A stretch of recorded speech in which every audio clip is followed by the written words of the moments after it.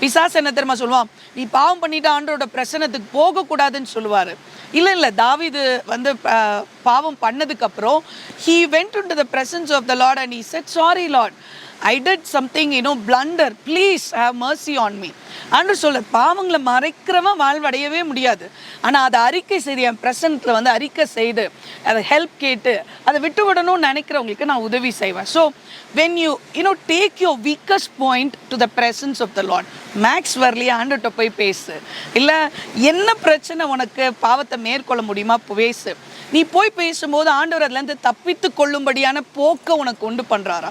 1 கொரிந்தியர் 10:13 சொல்லியிருக்கு, உலகத்தில் மற்றவங்களுக்கு நேரிடுகிற சோதனை இல்லாமல் உனக்கு வேற சோதனை நேரிடுகிறது இல்லை, கர்த்தர் உண்மை உள்ளவராக இருக்கிறாரு, ஒரு சோதனையிலேருந்து தப்பிக்கொள்ளும்படியான ஒரு போக்கை உனக்கு உண்டு பண்ணுகிறாரு அப்படின்னு சொல்லி போட்டிருக்கு. ஸோ ஒரு போக்கை உனக்கு என்ன பண்ணுறாரு, வெளியே வைக்கிறார். So knock, when you keep knocking heaven's doors, daily போய் ப்ரே பண்ணு. பரவாயில்ல, இன்னைக்கு பாவத்தில் விழுந்துட்டுனா கூட go to the presence of the Lord. கண்டிப்பாக ஆண்டவர் என்ன பண்ணுவார், உனக்கு உதவி செய்வார்.